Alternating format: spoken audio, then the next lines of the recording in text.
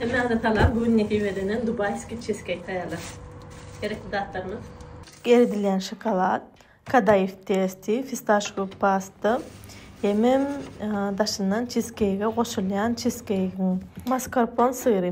İlki bilen şokoladymyzy eredýäs, kadayıf testimiz gogurup alýas, şeýle zalatisy wediceni.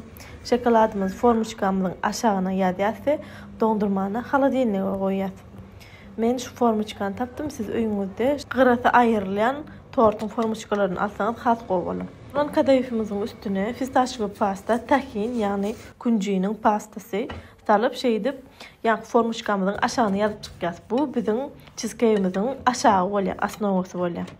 Oňa çenli şokoladymyzy eredýäs we cheesecake'imiziň içini taýýarlaýar. Oň üçin bize qaymagy mikserde urýar. Üstüne mascarpone syrymyzy, moloko hemem fistашko pastamyzy goýup mikserde gowjulap urýar.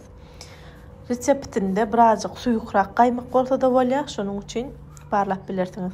Üstüne hem ak şokolad ýazdykda, şeýdip qara şokolad bilen owadanlaşdyrdyk.